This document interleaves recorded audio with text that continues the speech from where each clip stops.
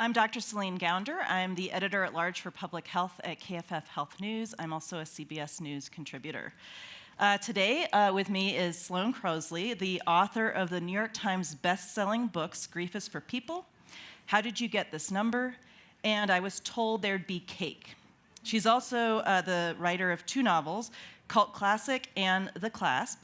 She's been a columnist for various publications and is a contributing editor at Vanity Fair. She's taught writing at Columbia and Yale, and she's considered one of America's funniest writers, which is sort of ironic given the topic of the book. It's a yuck fest. Grief is for People, for those of you who have not read it, is a memoir, a wry and tender book that explores the connections and confusion among and amid different kinds of loss, the theft of her jewelry, and losing her closest friend, Russell Perot, to suicide, two events that were just a month apart. In intertwining and then trying to disentangle the losses, she's searching both literally and figuratively for what she's lost, for how to retrieve or grapple with what's gone and what's here. As Sloane delicately blurs the lines and the meanings of these two losses, the book plays with the ideas of what is ours and what is not, with the ways we know one another, and the ways that parts of us remain a mystery, even to ourselves, and with the memory as both obsession and redemption, by which I mean forgiveness or atonement or vindication.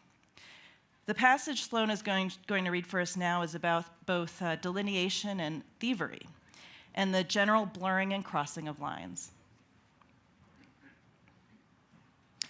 Thank you, and thank you for that lovely introduction, and thank you. It's nice to see you all in this just absolutely heinous setting. I don't know how you stand it. Okay, this is from about halfway through the book, and I will begin. To mourn the death of a friend is to feel as if you are walking around with a vase, knowing you have to set it down somewhere, but nowhere is obvious. Others will assure you that there's no right way to do this. Put it anywhere, but you know better. You know that if you put your grief in a place that's too prominent or too hidden, you will take it back when no one's looking. This is why I spend my nights looking into the restaurant where I last saw him. I fantasize about keeping Russell in front of me for a little longer, asking him questions, knowing that nothing either of us says will change the outcome. Each time the restaurant closes, each time he drops me off at my door, and each time he walks off into the dark. And then he's gone, and I am still holding this vase. One of the things I like about this passage is the way that you play with the meaning of objects. The vase as a person, the idea of going back and moving the vase, tending to it, and how that brings us back to Russell's idea of souls in objects. The flea market finds, the hoarding that may have helped destroy his marriage. It also has me thinking about the delineation of narrative, where we start and end stories, and how those decisions, whether conscious or not, have such an effect on a story's meaning. Why did you choose to begin the narrative with a burglary, the loss of jewelry of family heirlooms? Well, in the most basic sense, it's what happened. It's the order of things. The book takes place over pretty much exactly a year. On June 27, 2019, I left my apartment for an hour, came back to discover all my jewelry gone. Someone had broken into my home. And exactly a month later, down to the hour, on July 27th, my best friend died by suicide. And so part of me was already writing about the jewelry and felt it wasn't big enough, which is often a problem I have while working on essays, thinking, what's the larger piece of this? What's the sort of pulse? And unfortunately, I got a very giant, dark, huge pulse with Russell's death. And then the other thing is I sort of wrote it specifically when I did in this kind of like emotional bardo period, where the trauma is still there, but you're not necessarily in it exactly, but you're actually not free from it either. And that's always when I tend to write things. And so these two events became sort of inextricably linked, and I think what happened is I knew I couldn't get Russell back, and in a bit of what Joan Didion would call magical thinking, I somehow thought if I could get the jewelry back, if I could track it down, things would be okay. Spoiler, they're not okay. Like, The way you think about suicide, it's also an exercise in delineating the question of forgiveness, the reframing of life, the meaning of life, and yet you also seem to protest against that delineation or compartmentalization. And quoting you here, to mourn the death of a friend is to feel as if you were walking around with a vase, knowing you have to set it down, but nowhere is obvious. How do you understand this process of framing, of delineation, both as a form of grief as well as a form of remembrance and a form of staying here? Well, so much of writing, it's funny that when I think about the word delineation, I think about some sort of process by which you come out the other side, which is another way of saying really catharsis. It's like why people write a lot of what they do. I'm now, in this moment, going to butcher Natalia Ginsburg, who I quote more accurately in the book, where she says something like, you cannot hope to be soothed by the lullabies of your profession. And so for me, writing the book is more of a testament, this thing where I thought, something happened and I need to figure it out, and I'm never going to find those sharp lines of whether or not what was right, what was wrong, what actually happened, but in a sort of extreme bastardization of the phrase, it was the friends we made along the way. The book is about the questions you ask along the way that actually help you through grief. But I don't think that there's a before and after in the book where now I feel okay. Yeah. You also play with a notion of transgression and thievery, just the way you begin the book with this burglary. There's also this scene at the cliff near Sydney, Australia. It's a sort of borrowing of Russell's last moments, his hanging, the whole idea of jewelry, dangling, suspension, a necklace, a locket, which you're wearing today. Changing this idea of hanging, the violence of the broken chain, the borrowing of Russell's house, and life on summer weekends, the witnessing of other people grieving, and laying claim to Russell's memory, wanting a piece of it in some sense. At what point in the aftermath of the burglary and Russell's death did you begin to notice or play with the ideas of borrowing and thievery, and how did you feel this in the process of writing as well as grieving? How did you feel this as both burden and redemption? Well, some of this is sort of technical. So the book is laid out quite roughly in the 5 Kubler-Ross stages of grief. I really almost said Myers-Briggs just now, and that's not correct. It's laid out, and because it's a good way, it's a good sort of structural tool. And what happened is you have denial, and then I reversed the order slightly, and then you have bargaining in the book. And what happened is that I tried to get some of the jewelry back. I don't want to spoil the book. There was some success. I might have shaken some people down. It's not important. But that actually sort of coincided with that bargaining feeling of grief, of thinking maybe this didn't happen, maybe I can get him back. I don't think he will sort of reconstitute himself like a hologram, but that feeling in that moment where there's this sort of bubble that's hardening after grief, where you think each day, by living, I am by default leaving my friend, and it's necessary, but it's extremely painful. And so I think about those moments at the cliff, or borrowing these experiences, as you put it. I think I'm trying to get a keyhole into what he saw, what his experiences were, because part of the pain of suicide, as I say in the book, is that it's math, you work backwards instead of forwards. If you know someone has a terminal illness, that's incredibly tragic, but you can't game grief in advance, as much try as you might. But you do have some sort of sense of what's coming, and that shock of any kind of sudden loss creates a mystery. And in my case, I happen to have an actual mystery that went along with it in the form of the jewelry. How do you think about the relationship between the art and stories that save us and those that threaten us? Stories that it might not just be a psychological threatening, but also threatening the possibilities of survival and vindication, and how close those stories of saving and threatening can be to each other. Well, what do you mean by stories that threaten us? That feels psychologically threatening. Oh, yeah. Well, the book was not a picnic to write. Yeah. And I wrote it actually during the pandemic, which is always a strange decision about when you create something, or even when you consume something as a reader. Do you read War and Peace in front of the fireplace, or do you read it on the beach? Like, what's the sort of texture?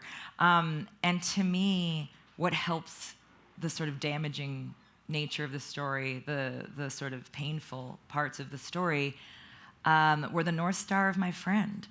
All of these things are experienced incredibly specifically. You don't mourn for people in the abstract. You mourn them because of who they were.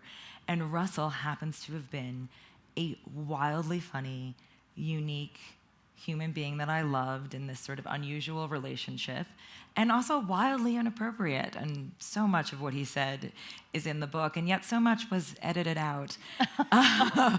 But so some of my humor I'm borrowing from him. I honestly feel, without sounding too hokey, that I did gain strength to write the story into something that he would hopefully have liked with his humor. The book would have been a very different one if you had omitted that cliff scene at the end, or without Russell returning in the chain following the cliff scene. There are so many different kinds of forgiveness, atonement, vindication at work here. The redemption of you being willing to jump off the cliff in the first place, the redemptive force of your body telling you not to, the redemption of looking into the abyss, of choosing to stay on the ground, of dropping the necklace in the water, and then a very different redemption of the other half of the chain showing up in your home. This comes with loss of the rest of the chain, and it's differently meaningful because the other half is now gone.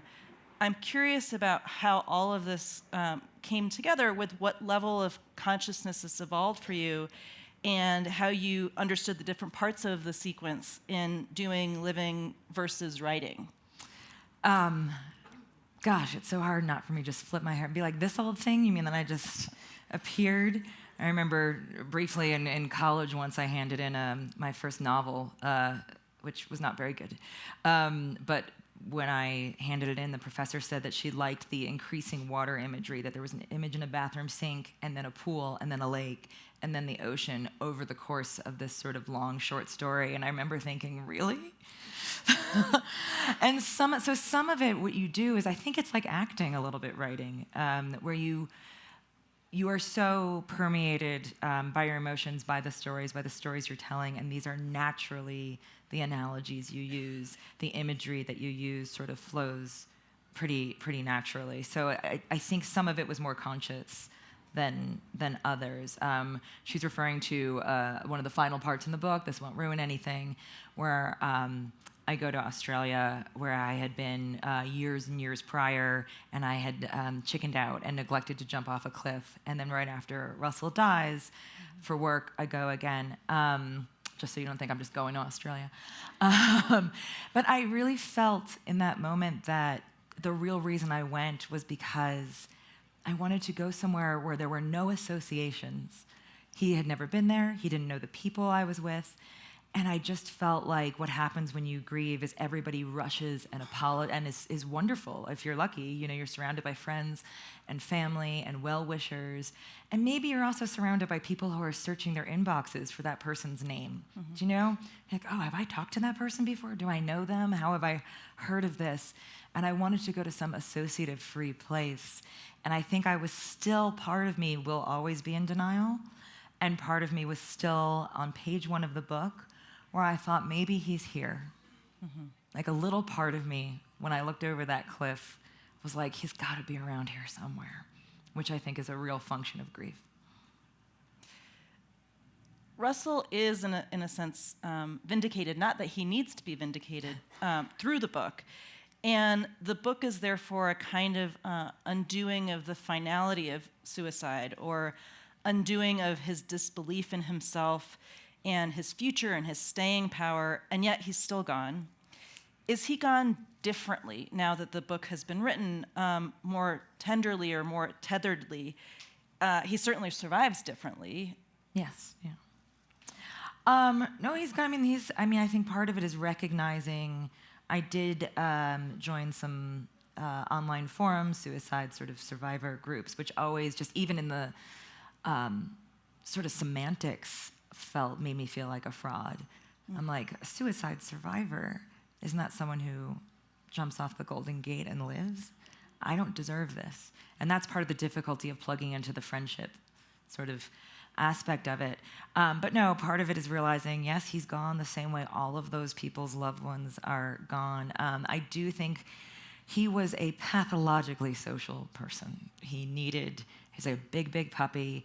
You know, haven't you ever regretted throwing a ball at a puppy? And you're just like, I used to work for him. I'm like, I have work to do. Please go. And I think in some weird way, the book has brought him the larger audience he always wanted. I think people do walk away from the book with feeling like they knew him. And so that, in that way, he lives on.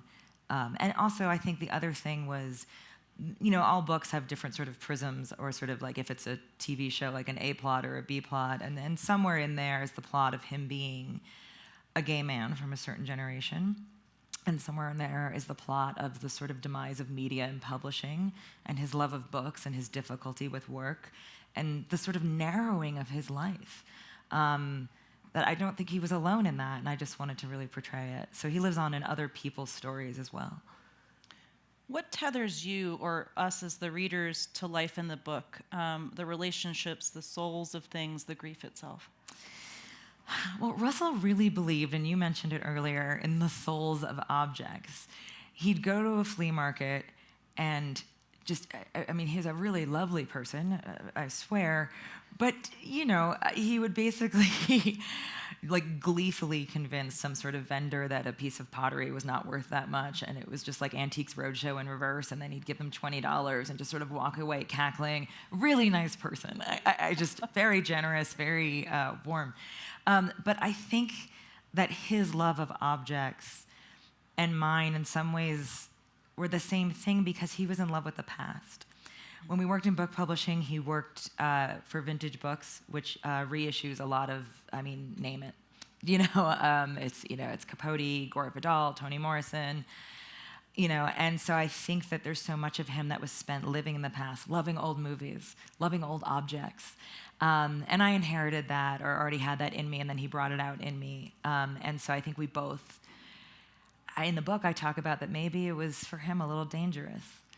That there's a line not a line, but the James Joyce story, The Dead, the sort of thrust of that story is that the dead are perfect.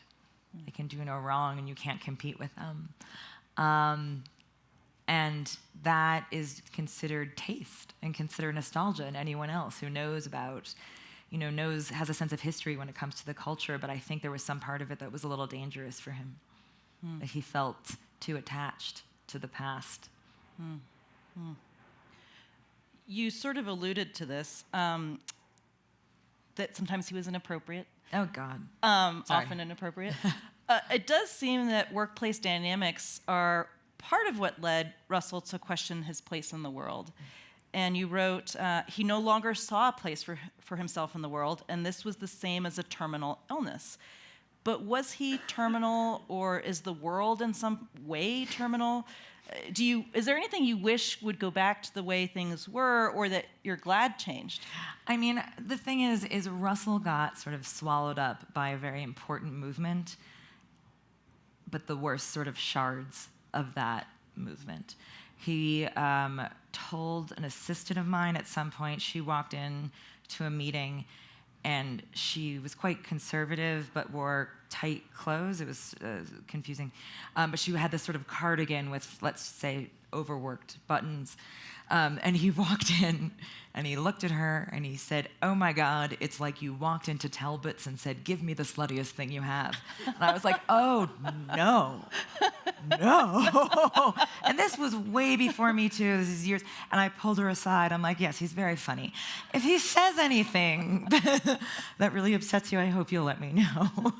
And she's like, no. He's in the middle of, that's his personality. And I think that got lumped in with, actual harassment. Now, I am hesitant to sort of defend some of his actions. I think at the end, especially, his frustrations with other arenas of his life had concentrated into where they shouldn't be, in the office. And it was like having a wild animal in a cage in a corporate office building.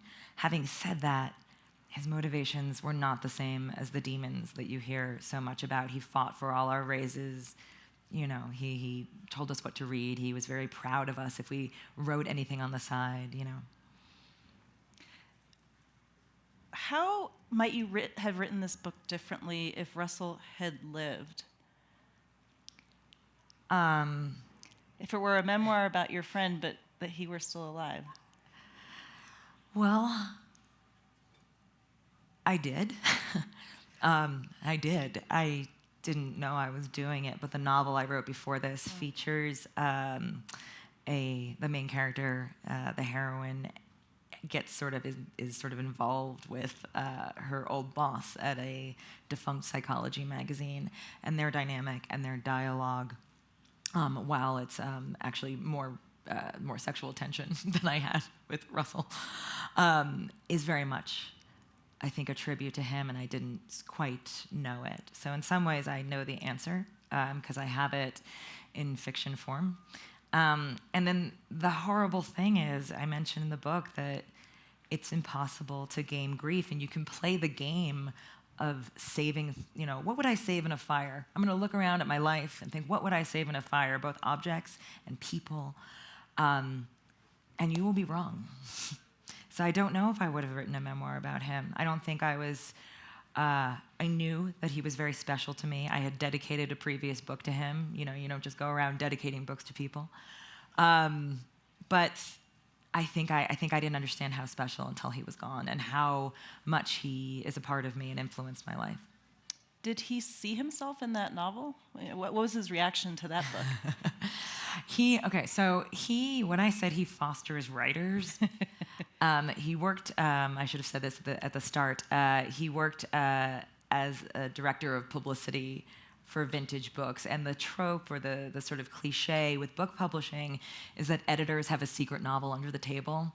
But it was book publicists for him. This is a very small department of people. And I'm just going to say some names of who else it was. And we were hired to, pitch books, but he hired me, Hanya Yanagihara, who wrote A Little Life, Paul Yoon, who is now a professor at Harvard and a brilliant writer, Ethan Rutherford, who has been in Best American Short Stories.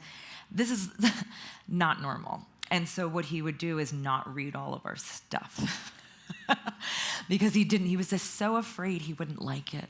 Oh. He was so afraid it would affect. So I actually don't even know. I don't know if he read Cult Classic.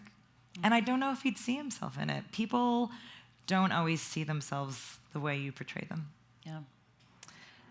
What is it like when people reach out to you and share their grief with you and ask you for advice on how to cope with grief? I mean, you've specifically told me this is not a self-help book.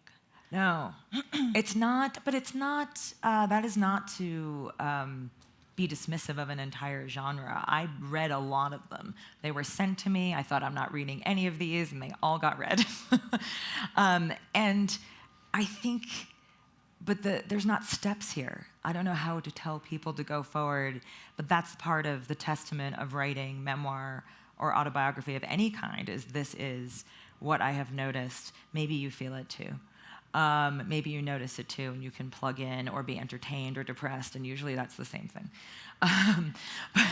But it's not a self-help book in the way that I found the advice portion of self-help book I sort of bristled against. I read one, which will remain nameless, that suggested that I print out a list of exactly what to say to people and hand it to them. And the idea of sort of laminating tips on how to deal with me gave me the first laugh that I had after Russell died.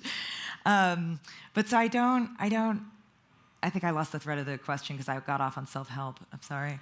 How do you respond to people who approach you with their grief? Well, first of all, I think you should, in a way, the lesson of a death like this, you don't have to write a book on it, is that you should approach everyone as if they're grieving, to assume that everyone in this room is experiencing some sort of grief. Does that mean you go up to someone and say, I'm so sorry for your loss while they're trying to get a sandwich? No. But just assume that you don't know what's going on, and I think that I've gotten much better about that, more sort of casually empathetic as opposed to just sort of deeply empathetic with the people I know. Because in the past, I write humor essays, and so sometimes a lot of emotion is processed through humor for me. So I've had this sort of slightly cold fish version when people tell me their stories, if it's a lighter story of just sort of thinking, I'm so sorry, I don't know how to deal with this. And now I feel like I do. I really get it. And the nature of writing a book is that you have the talking stick in someone else's brain for a long time, and then people come to readings, and they're just sort of closing the loop. And I think it's beautiful. Expand a little bit on what you just said about the talking stick. No, actually, you're processing through humor, because this is a very difficult subject. I don't think that's intuitive to people that that's how you would process this kind of loss. No, but I think the humor is. I almost disagree. I mean, I feel like if anyone's ever been to a funeral, you know that there's that nervous laughter when someone says something off about the person who died, or whatever it is. I think that I'll give you an example of the darkest humor in the book, which is probably going to make no one buy it. That's fine. So basically, Russell was going to stay and watch my cat while I was going to the aforementioned trip to Australia, and I had a cat sitter, and I texted her that her services would now be needed because he was no longer going to be watching the cat. And she said, I thought your friend was going to do it. And I texted this poor woman in like the throes of my grief, just completely not on the side of the living. I was so loyal to Russell in those initial moments. And I said, well, the old cat sitter killed himself. And you see the dots go up and the dots go down. And to fix the situation, I write back, just say you don't want to do it, right? It was the darkest, meanest, and I was just like, what? And I don't think it's who I am. Yeah, it's settling in now. Let it drift. And I felt like, but that humor is a bullet point to profound sadness and to the profound madness of loss. And so all the humor, I think, in the book, and also the humor in real life in the moment, lives in service to this trying to control things and spinning out. And just this shock. You feel like you're outside your body, and you're like, oh my gosh, am I in that scene now where I tell people that this is what happened, where I can't sleep, where I actually feel paranoid, I think I see him places. Am I that person?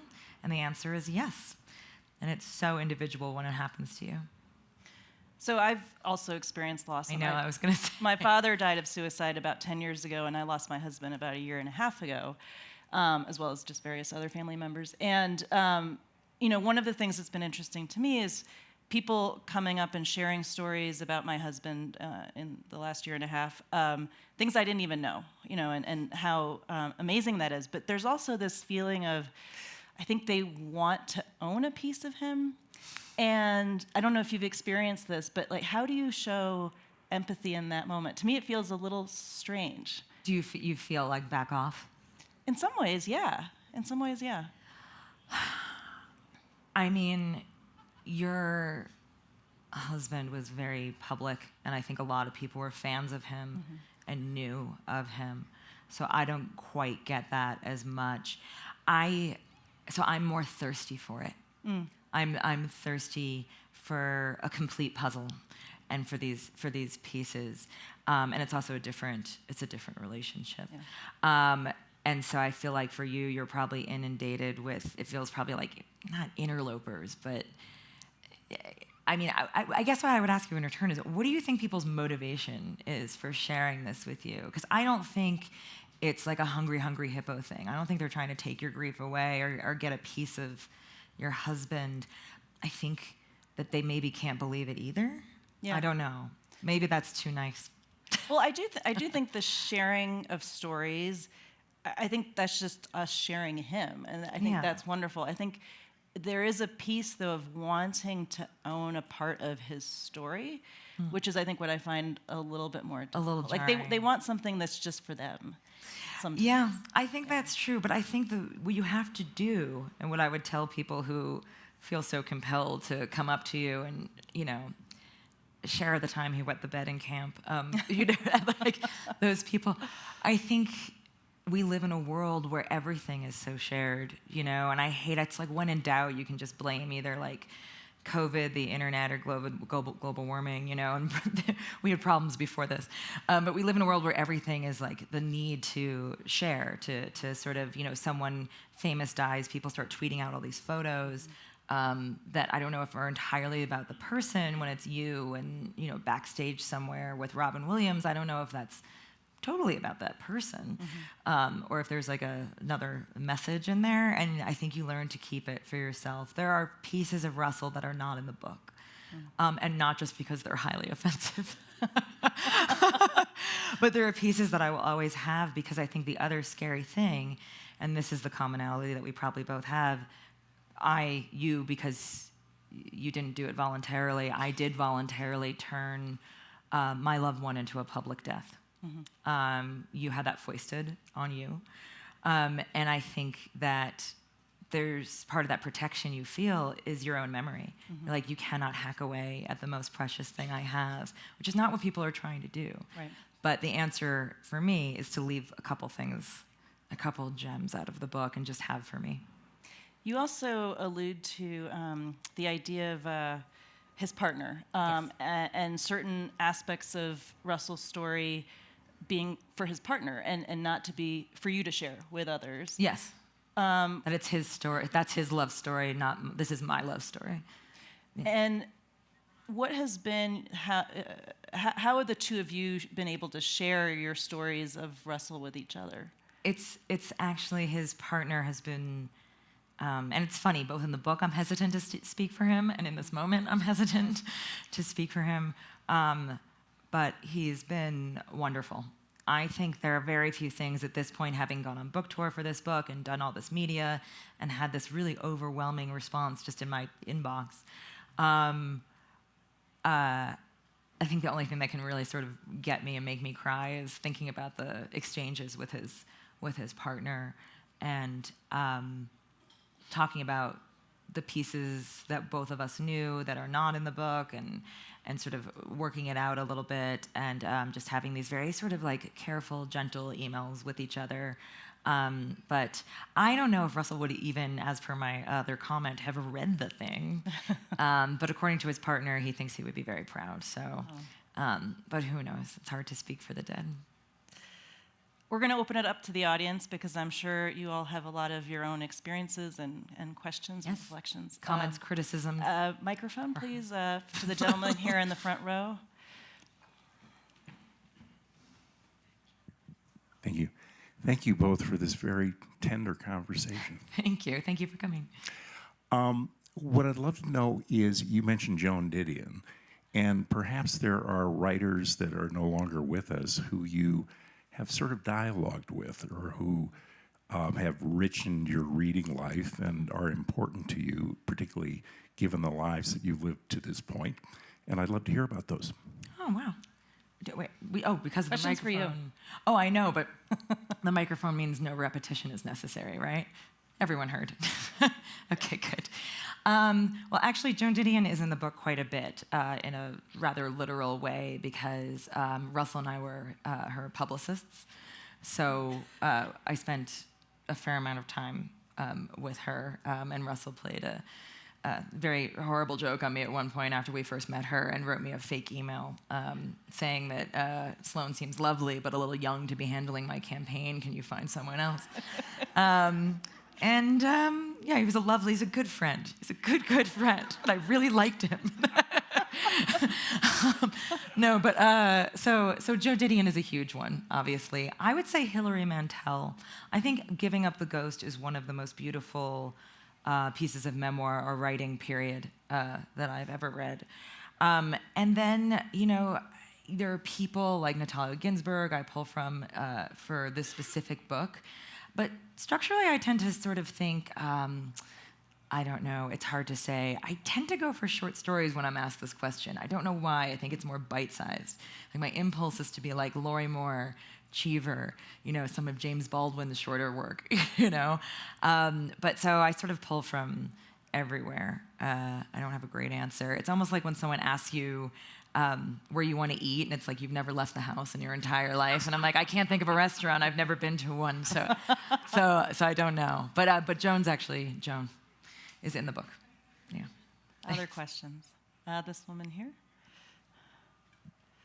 Hi, my name's Katie, and I just wanted to say thank you for your book. It arrived at an appropriate time in my life and was really helpful, especially the humor. So thank you I'm for that. glad. In my own work, I'm sometimes called upon to talk about things in my life related to grief and trauma, and it's always a thing, right? I'm wondering how you prepare for events like this, where you know you're going to have to talk about something you went through that's super difficult, without having to sort of reprocess all of that. That's actually a big struggle. I don't, because I'm afraid of sounding canned, which is a line I've just memorized. I don't, because I'm afraid of sounding canned. But I don't, because I do feel like what I'm actually still struggling with is how to say, I'm sorry for your loss. I'm happy you told me that. And really let it in without having it go down to the root system when I go to sleep and shower and try to write the next book, And it's really a struggle to kind of figure out how to do that. But the problem is I blame the culture and all of everything because these phrases are so cliche. We've beaten them to death. Oh, I'm so sorry for your loss, and if you're, I'm Jewish, may his memory be a blessing, whatever it is. And it sounds like Instagram captions or comments. And it's so unfortunate because now we really need it. And it sounds like you're giving lip service to people, but there's nothing else to say.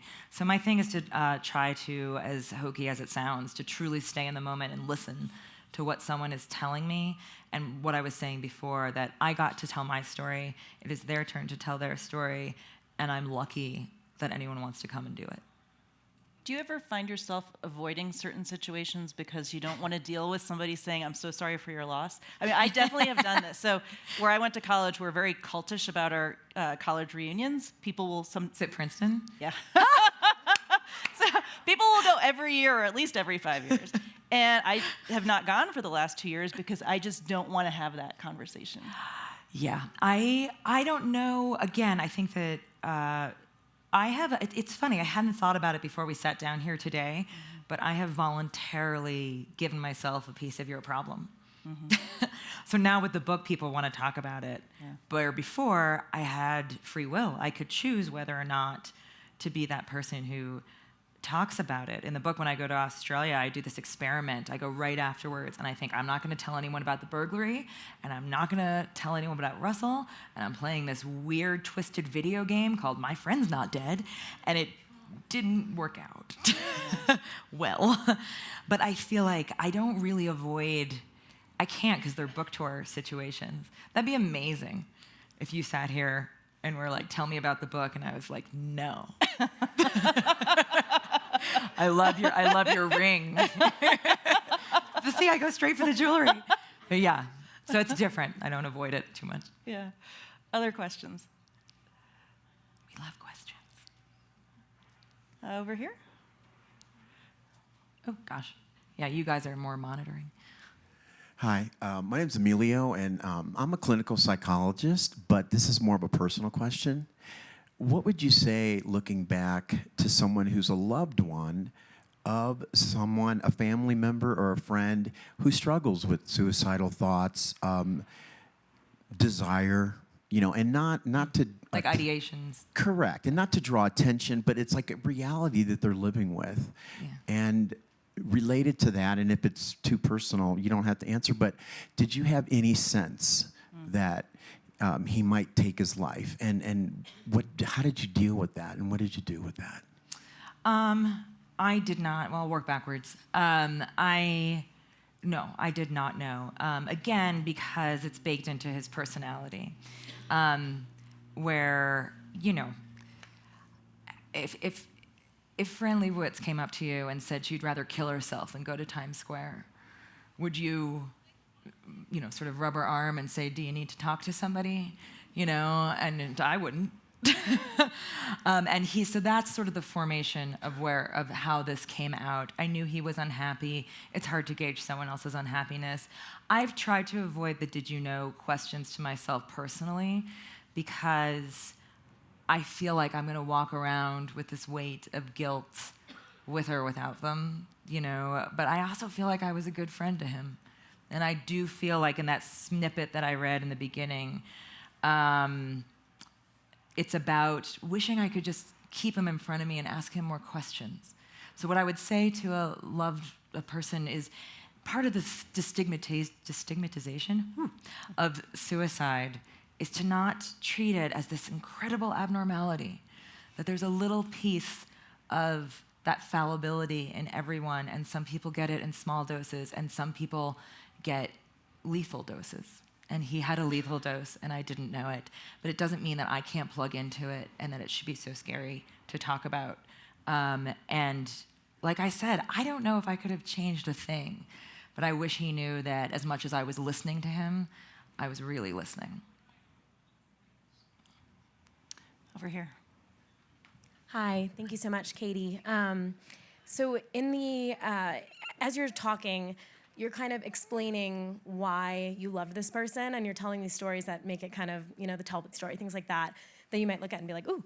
But it's so clear that you love this person. Yes. And it's a little bit different than loss of a spouse or a parent or a child, where you really do need to explain why that is. So I'm curious, when you got to the end of the book, if you felt like you had gotten to this place where you've answered this question of why this person meant so much to me.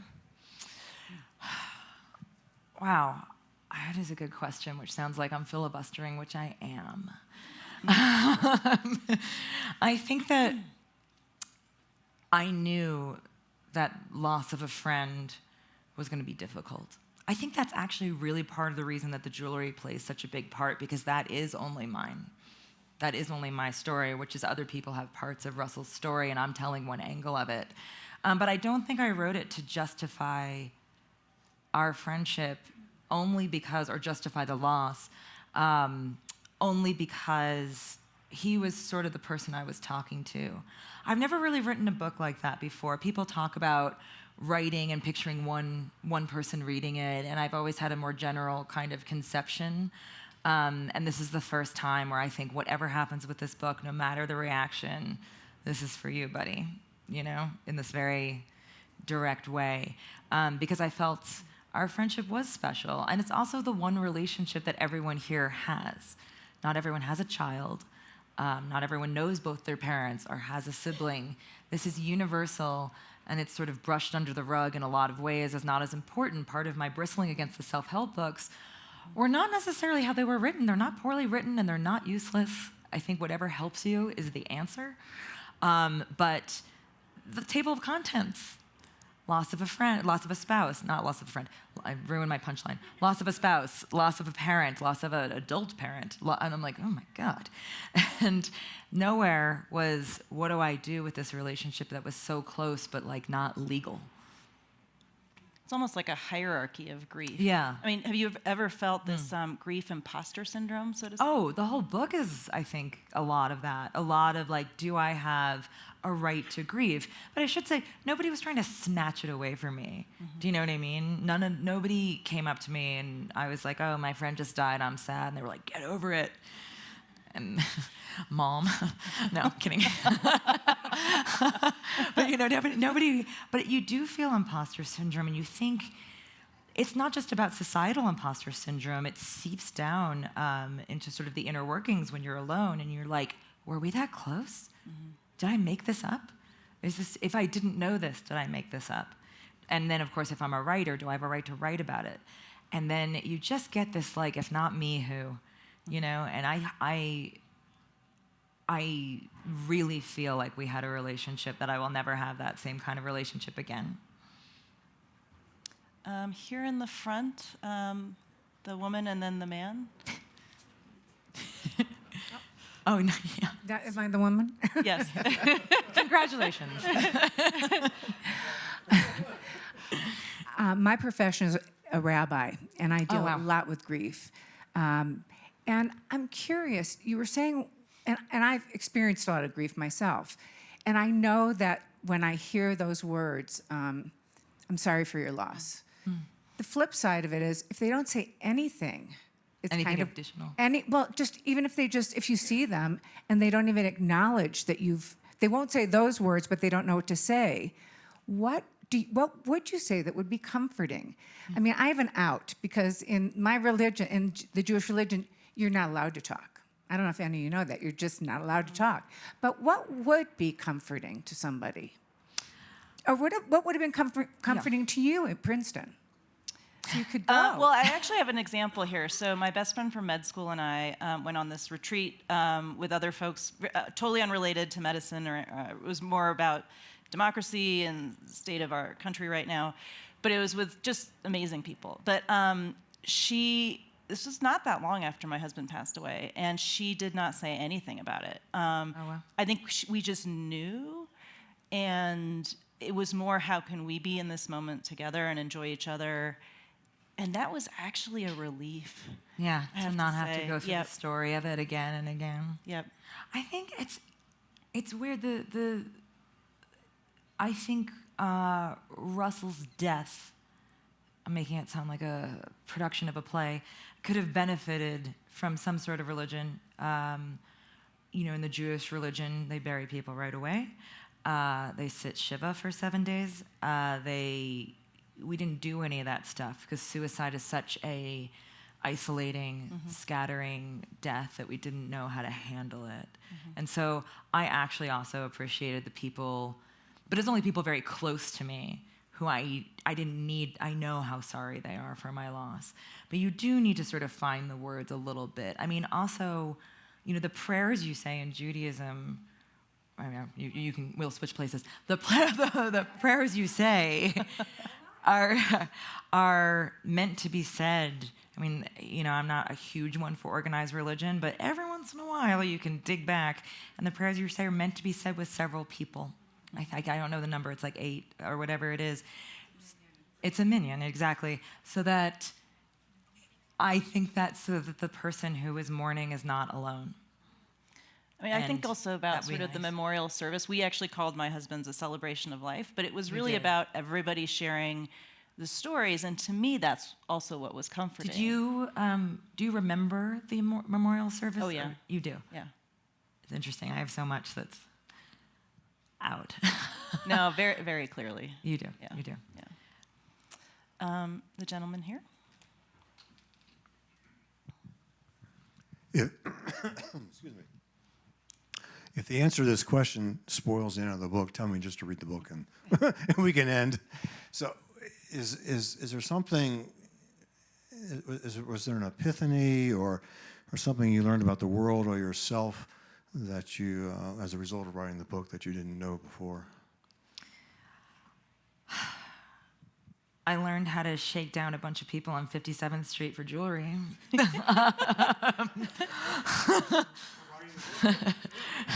Yeah. No, I think from writing the book, it's such a lesson-averse book, you know what I mean? But I think I learned how to keep such pain with me, but without it sort of ruining my life, how to hold on to the grief and how to keep it with me while moving on and just recognizing how much of him is in me. That was really hard to do because, like I said, nobody said get over it, but people do actually genuinely want you to function. And I needed to figure out how to do that in my own way. There's a line in the book. You say, "Welcome to New York." We're both New Yorkers. You get broken into and people curse here. Everybody gets to learn a lesson, and you clap as you say it. Everybody gets to learn a lesson. Well done. And I absolutely love New York, and I do think there is a certain energy, and you do learn a lot. But stepping back about this idea of everybody gets to learn a lesson. And sort of Yeah. tagging on to your question, is it that we're trying to make meaning of something meaningless? I mean, what is it that we're trying to do with learning a lesson? I think we're trying to twist the ends of the candy, right? This is the beginning of what happened. This is the mess. That's my word. That was really loud in the microphone. Sounded like I was calling a dog. We're trying to twist the and to make it neat, to hope. And that effort sometimes, that frantic effort to apply lessons or meaning to everything, I think can be antithetical to absorbing lessons and meaning from everything.